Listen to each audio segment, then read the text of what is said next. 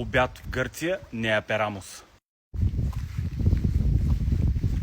Вече за трети път идваме тук. Цените преди бяха сравнително добри, но сега, тази година, ще видим какви са.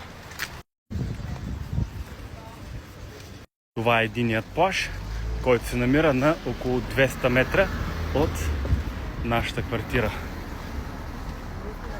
Сега ще ви покажа кое е любимото ми заведение тук. Ето го, а зад него е морето. Ето. Сядате тук, храната е много вкусна. Ето го менюто. И ногтите. Айде, сядаме ли? Да. Калимера, ясас. Искам само да видите. Сядате и гледката. Уникално. Гръцка салата 10 евро. Започваме много добре. Пържени тиквички с задвики 7 евро и 30. Горе-долу добре е. Бива. Задължително калмари 13 евро. Около 50-60 евро излиза някъде обядът за двама.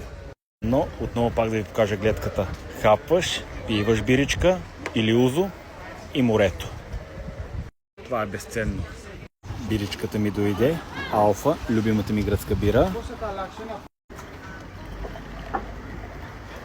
На здраве! Гръцката салата за 10 евро. Представлява ето това за двама. Каламарите за 13 евро. Тиквичките. И за финал панчета с гарнитура картофки и сос. Хапнахме, пинахме, сега е време да плащаме. Обядът в Неа Перамус, Гърция, струваше общо 50 евро за двама. Живи и здрави от Кибритя и ай чао!